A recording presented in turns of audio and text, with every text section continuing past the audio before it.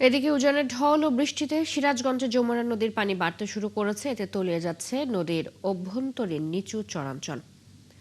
পানি বাড়ার আতঙ্কে রয়েছেন যমুনা নদী পাড়ের হাজারো মানুষ। গত ২৪ ঘন্টায় সিরাজগঞ্জ শহর রক্ষা বাঁধের হার্ট পয়েন্ট এলাকায় নতুন করে আরো ৩২ সেন্টিমিটার পানি বেড়েছে। একই সময়ে গাজীপুর মেঘাইঘাট পয়েন্টেও ৩৬ সেন্টিমিটার পানি বেড়েছে। সিরাজগঞ্জ পানি উন্নয়ন বোর্ডের উপবিভাগীয় প্রকৌশলী জাকির হোসেন বলেন, পানি দ্রুত বাড়লেও তা এখনও বিপদসীমার অনেক নিচ দিয়ে বইছে। তবে বর্ষা মৌসুম শুরু হওয়ায় জেলার নিচু চরাঞ্চলগুলো ধীরে ধীরে তলিয়ে যেতে শুরু করেছে।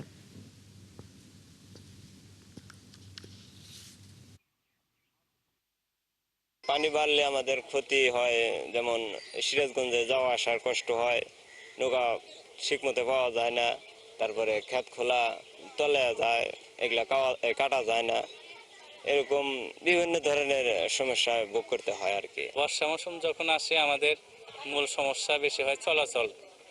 দেখা যায় বাড়িঘর তলাইয়া যায়। আপনার গবাদি পশু নিয়ে আমরা এটা নিয়ে খুবই বিপদের মধ্যে থাকা লাগে।